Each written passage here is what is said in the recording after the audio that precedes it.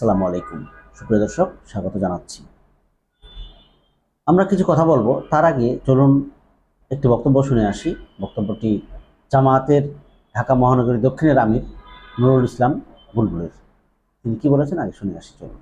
৭১-এর চেতনাকে বিক্রি করার জন্য আর একটি রাজনৈতিক দল নতুন করে তাদের বক্তব্য এবং স্টেটমেন্ট দিচ্ছেন। আওয়ামী লীগ বিতাড়িত হয়েছে ওই ৭১-এর চেতনাকে বিক্রি করার কারণে। আপনাদের চাঁদাবাজি, টেন্ডারবাজি ৫ই আগস্টের পরে আমরা তালিকা করে রেখেছি। বক্তব্য যদি বন্ধ না করেন তাহলে বাংলাদেশের এক একটা ওয়ার্ডের যে পরিমাণ চাঁদাবাজি করেছেন, একটা ওয়ার্ডের দখলদারিত্ব যদি আজকে সোশ্যাল মিডিয়ায় আসে, জনগণ আপনাদেরকে ধিক্কার দিবে। বক্তব্য বন্ধ করুন। বাংলাদেশ জামায়াত ইসলামী চ্যালেঞ্জ করতে পারে। তাদের ২ জন মন্ত্রী ছিল, দুর্নীতি ২ টাকারও করে নাই, তারা চ্যালেঞ্জ ছুড়ে দিয়েছিলেন। এই চ্যালেঞ্জের জবাব কেউ দিতে পারে না। লুটপাট, ছিনতাই, চাঁদাবাজি, সন্ত্রাস এবং দুর্নীতির মধ্যে যারা ডুবে আছে, জামায়াত ইসলামীর বিরুদ্ধে তাদের বক্তব্য মানায় না। এটা জাতির সাথে উপহাস ছাড়া আর কিছুই না। বক্তব্যের শুরুতেই নুরুল ইসলাম বুলবুল বলেছেন ৭১-এর চেতনা বিক্রি করে আরেকটি দল আওয়ামী লীগ ও ভারতের পক্ষে বিবৃতি দিচ্ছেন। আসলে কি তাই? কারা বিবৃতি দিচ্ছেন, কাদের উদ্দেশ্যে তিনি এই কথা বলেছেন? মূলত আমরা যেটা গত কয়েকদিনের রাজনৈতিক পরিস্থিতি পর্যালোচনা করি, তাহলে আমরা দেখতে পাবো তিনি মূলত বিএনপি নেতাদের উদ্দেশ্যেই এই কথা বলেছেন এবং বিএনপির প্রতি তাদের এই অভিযোগ। কারণ বিএনপির যে নেতারা বক্তব্য রাখছেন, কেন্দ্রীয় নেতারা, তাদের বক্তব্যে একটি বিষয় পরিষ্কার হয়ে উঠছে যে তারা জামায়াতের বিপক্ষে অবস্থান করছেন, অর্থাৎ জামায়াতের সমালোচনা করছেন। ৭১ নিয়ে জামায়াতের যে ভূমিকা সেটা নিয়ে কথা বলছেন। তারা উল্টো অভিযোগ করছেন, ভারতকে পুনর্বাসন করছে, জামায়াত করার চেষ্টা করছে, সেরকমও কথা আমরা শুনতে পাচ্ছি। তো এই বক্তব্যগুলোর নিয়ে একটা মিশ্র প্রতিক্রিয়া জামাতের মধ্যে রয়েছে, এটা আমরা জানি। তো সেই জায়গায় জামাতের এই নেতা কিছু কথা বলেছেন, সেটা বলতেই পারেন এটা রাজনৈতিক একটা স্ট্র্যাটেজি। কিন্তু এই জামাতের নেতার বক্তব্যের সত্যতা কতটুকু সেটা যদি আমরা একটু দেখি, তাহলে হয়তো আমরা বলতে পারি, মনে করতে পারি যে সত্যিই কয়েকদিন ধরে বিএনপি নেতারা যে ধরনের বক্তব্য রাখছেন, তাতে সন্দেহ কিন্তু বাড়ছে সাধারণ মানুষের মধ্যে। সাধারণ মানুষ আসলে বিএনপিকে যেভাবে চায় সেভাবে পাচ্ছে না।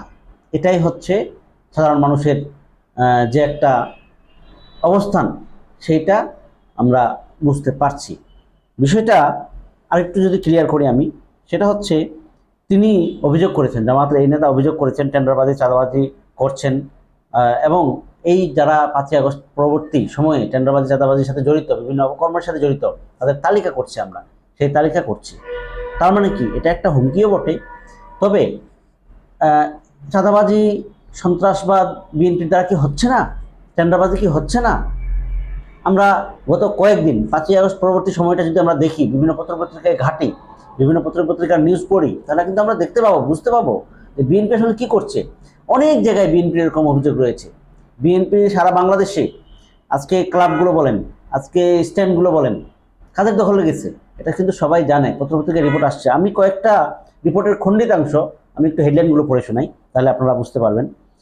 এই জাস্ট আমি গত ২-৩ সপ্তাহের নিউজগুলো দেখেছি, তাতে আমার কাছে মনে হচ্ছে কিছু কিছু বিষয় আছে স্পর্শকাতর বিএনপির বিষয়ে। কারণ বিএনপি তো ক্ষমতা এখনো আসে নাই, তাহলে তারা বিএনপির মতো একটা দল এই তাদের নেতাকর্মীদের কেন কন্ট্রোল করতে পারছে না? এটা আসলে ভাববার বিষয়। আমি গত সপ্তাহের একটি ঘটনার কথা বলি ছোট্ট করে। সেটা হচ্ছে ঢাকার আজিমপুর কবরস্থানে চাঁদাবাজি ও দখলদারিত্বের অভিযোগ, এবং এই অভিযোগে ২৩ নম্বর ওয়ার্ড বিএনপির সভাপতি আমিনুল ইসলামকে বহিষ্কার করেছে দলটি। তার আগে তাকে অ্যারেস্ট করা হয়েছে। দেখেন কত বড় ভয়ঙ্কর একটা ঘটনা। এটা কিন্তু বিএনপি এখন দল গুছাবে, তাই না? বিএনপি এখন নেতাকর্মীদের কাছে যাবে, নেতাকর্মীদের সমন্বয় করবে, নেতাকর্মীদের নিয়ে প্রোগ্রাম করবে। এটাই তো সাধারণ মানুষ হিসেবে আমরা চাই। কিন্তু অনেক জায়গায় দেখা যাচ্ছে যে তারা চাঁদাবাজিতে ব্যস্ত হয়ে পড়েছে। আমি আরও কিছু খবরের কথা বলি। বরিশালে বিএনপি নেতার বিরুদ্ধে চাঁদাবাজির অভিযোগ ছাত্রদলের। দেখছেন, নিজের ছাত্র সংগঠন ছাত্রদল বিএনপির, তারা অভিযোগ করছে সেই বিএনপি নেতার বিরুদ্ধে যে চাঁদাবাজি করছে। এটা একটা খবরে প্রকাশ হয়েছে এই নিউজটা। পরিবহন চাঁদাবাজির হাতবদল আওয়ামী লীগ থেকে বিএনপি, এরকম রিপোর্ট আমরা দেখেছি পত্রিকায়। পরিবহন চাঁদাবাজি আগে আওয়ামী লীগ করতো, এখন বিএনপি করা শুরু করেছে। এটাই হচ্ছে এই রিপোর্টের মূল থিম। আরেকটা খবর পড়ি, চাঁদাবাজির টাকা নিয়ে বিএনপির দুই পক্ষের সংঘর্ষ, গুলিবিদ্ধ এক, নোয়াখালীর সোনাইমুড়িতে এই ঘটনা। এটা হচ্ছে একটা পত্রিকার খবর। রাজধানীর মিরপুরের রূপনগরের কফিল উদ্দিন নামে এক ঠিকাদারের কাছে 5 লাখ টাকা চাঁদা না পেয়ে তাকে মারধরের ঘটনা ঘটেছে। এই ঘটনায় বিএনপি নেতাসহ 2 জনকে গ্রেফতার করেছে। আবার যদি আমি আরো বলি, সেটা হচ্ছে বিএনপি নেতা পরিচয়ে ইটভাটায় চাঁদাবাজি ধরা পড়লেন টাকা সহ। এটা একটা খবর পত্রিকার। নেত্রকোনায় চাঁদাবাজির অভিযোগে বিএনপি নেতা বহিষ্কার, জুয়েল ভুইয়া কলমাকান্দা উপজেলা কৈলাটি ইউনিয়ন বিএনপির যুব বিষয়ক সম্পাদক। বরিশালের মেহেন্দিগঞ্জ, সেখানে স্থানীয় বিএনপি নেতাদের বিরুদ্ধে চাঁদাবাজির অভিযোগ কেন্দ্রীয় নেতার। এটা আমরা খবরে দেখেছি। খবরের ভিতরে গেলে হয়তো ডিটেলসটা পাওয়া যাবে, কেন্দ্রীয় কোন নেতা এই অভিযোগটা করেছেন। মানে এই হচ্ছে ঘটনা আর কি। আপনি এই এখন এমন একটা অবস্থা হয়ে দাঁড়িয়েছে, আজকে আওয়ামী লীগের, ছাত্রলীগের, যুবলীগের যে ক্লাবগুলো ছিল বিভিন্ন পাড়ায় পাড়ায়, মহল্লায় মহল্লায়, বিভিন্ন এলাকায়, এগুলো খবর নিয়ে দেখেন তো কারা দখল করেছে। দেখেন খবর নিয়ে, এগুলো কিন্তু এখন ওই জামাতের কেউ করে নাই, শিবিরের কেউ করে নাই, অন্যান্য দলেরও কেউ করতে পারে নাই। করছে কারা? বৈষম্য বিরোধী ছাত্ররা, তারাও করে নাই। তাহলে করছে কারা? বিএনপি, ছাত্রদল, যুবদল, শ্রমিক দল, তারাই করেছে। মানে মুদ্রাটা এপিট ওপিট। আগে আওয়ামী লীগ যে জিনিসটা কন্ট্রোল করতো, আজ এখন বিএনপি কন্ট্রোল করছে। পার্থক্য শুধু এটা যে আওয়ামী লীগ ক্ষমতায় ছিল, ক্ষমতায় থেকে তারা এই কাজটা করেছে, আর বিএনপি ক্ষমতায় নেই, ক্ষমতায় না থেকেই তারা এই কাজটা করেছে। ভয়াবহ অবস্থা। মানে আপনি বিএনপি যদি সামনে ক্ষমতায় আসে, তাহলে কি পর্যায়ে কি হবে এই ক্ষেত্রে, মানে সেক্টরগুলোতে ভয়াবহ একটা অবস্থা বিরাজ করবে কিনা, বিএনপি আদৌ তাদের নেতাকর্মীদের কন্ট্রোল করতে পারবে কিনা, যারা চাঁদাবাজির সাথে জড়িত তাদের কন্ট্রোল করতে পারবে কিনা, যারা টেন্ডারবাজির সাথে জড়িত তাদের কন্ট্রোল করতে পারবে কিনা, এটা কিন্তু ভাববার বিষয়। ইতিমধ্যে আমরা দেখেছি বিএনপির নেত্রী শামা ওবায়েদ, তিনি বলেছেন যে যারা চাঁদাবাজ যে হোক না কেন, বিএনপির হলেও তাকে আপনারা পুলিশে দিন, আইন শৃঙ্খলা বাহিনীর হাতে তুলে দিন। এটা বলেছেন, সাধুবাদ জানাই। কিন্তু কারা দিবে এই কাজটা, কারা করবে, কাদেরকে আপনি বলছেন? সেই হেডম আরো আছে কারো, একজন বিএনপি নেতা যে চাঁদাবাজ, সে তো অনেক প্রভাবশালী, তাকে কে ধরতে যাবে? আর জনগণ কেন দিবে? তাহলে অনেকগুলো বিষয় আছে। শুধু বললে হবে না, মুখে বললে হবে না, কাজে কর্মে আমরা দেখতে চাই কর্মকাণ্ড। আপনাদের কাজগুলো কাজে কর্মে আমরা এর বাস্তবায়ন দেখতে চাই। এটাই হচ্ছে আমার মূল বক্তব্য। যে কথা বলছিলাম আমি, জামাতের এই নেতা কিন্তু যা বলেছে খারাপ কিছু বলেনি, আপনাদেরকে শুধরানোর কথা বলেছে।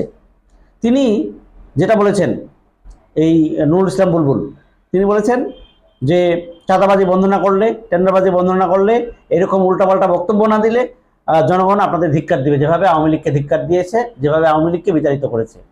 একদম বাস্তব কথা। আমি নিজেও বলতে পারি যে যদি আজকে আপনারা ফ্যাসিস্ট কায়দায় চলে যান, ফ্যাসিস্ট আচরণ করা শুরু করেন, ক্ষমতায় পান নাই, ক্ষমতায় পাবেন, তারপরে যদি উল্টাপাল্টা করেন, তাহলে জনগণ কি করবে? এই যে 24-এর যে একটা আন্দোলন, একটা রেভলিউশন হয়েছে, একটা বিপ্লব হয়েছে, আবার মানে জনগণকে এখন কোনো রকম হচ্ছে যে দুর্বল ভাবার সুযোগ নাই, এটা মাথায় রাখবেন। জনগণ দুর্বল না, জনগণ এখন শক্তিশালী, জনগণ এখন বিবেক বুদ্ধি দিয়ে চলে। জনগণ জানে যে তাদের কি করতে হয়। যেভাবে আমাদের ছাত্ররা পথ দেখিয়ে দিয়েছে, এরকম পথ দেখার জন্য আবার ছাত্ররা নেমে পড়বে। আর আমাদের বাইরে থেকে পিনাকিদা এবং ইলিয়াস, তারা যেভাবে সহযোগিতা করতেছে আমাদের, তারা বলছে, তাদের বক্তব্য ক্লিয়ার, তারা বলছে যে তারা বাইরে থেকে এই বাংলাদেশের হয়ে কথা বলবে, যেটা বিএনপি হোক অন্য কোনো দলে হোক, তারা যদি অন্যায় করে সে অন্যায়টা তারা তুলে ধরবে। আপনারা অন্যায় করবেন আর বাংলাদেশের মানুষ এটা সাফারার হবে, নো, সেই সুযোগ নাই। এটা হচ্ছে ইলিয়াস এবং পিনাকির বক্তব্য।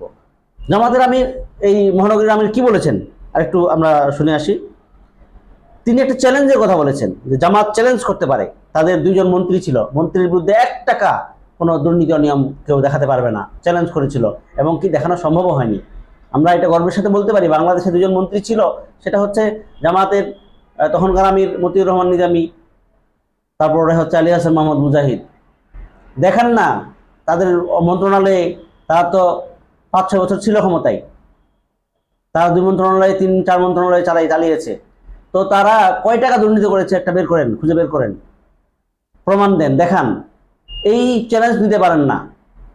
আর আপনারা আসছেন তারা এই ছিল, তারা ওই ছিল, তারা রব কাটে। সেদিন একটা ভিডিও করেছিলাম আমি, ওই ডক্টর শফিকুল ইসলাম মাসুদ, জামাতের আরেক নেতার বক্তব্য ছিল সেখানে। উনি চ্যালেঞ্জ করছেন যে প্রমাণ করে দিক, আমি রাজনীতি ছেড়ে দিব। এই প্রমাণগুলো করতে পারেন না, আর পিছনে পিছনে অনেক কথাবার্তা বলেন। তিনি শেষে এই বক্তব্যে আমরা যে বক্তব্যটা শুনেছি, শেষে তিনি একটা কথা বলেছেন যে যারা দুর্নীতি, লুটপাট, চাঁদাবাজিতে ডুবে আছে, জামাতকে নিয়ে তাদের বক্তব্য মানায় না, তাদের বক্তব্য জাতির সাথে উপহাস ছাড়া কিছুই নয়। এরকম এই শব্দটা তিনি বলেছেন। আসলে একটা উপহাস। রাজনীতি রাজনীতির জন্য করবেন না, রাজনীতি মানুষের জন্য করুন, রাজনীতি জনগণের জন্য করুন। আমি সবাইকে বলবো, সেটা বিএনপি বলেন, জামাত বলেন, বা অন্য কোনো দল বলেন, বৈষম্যবিরোধী ছাত্র আন্দোলন থেকে শুরু করে সবাইকে বলবো যে আপনারা জাতির হয়ে কথা বলেন, জাতির হয়ে আপনারা একটা স্ট্যান্ডে থাকেন। আপনারা জাতির অগ্রজ, কিন্তু জাতির ঘাড়ে বন্দুক রেখে আপনারা নিজের ফায়দা হাসিল করবেন না। জাতি এখন খুবই সচেতন, অন্যায় করবেন জাতি আপনাদেরকে ছুঁড়ে ফেলে দিবে। জাস্ট এটুকুই। ধন্যবাদ। আসসালামু আলাইকুম।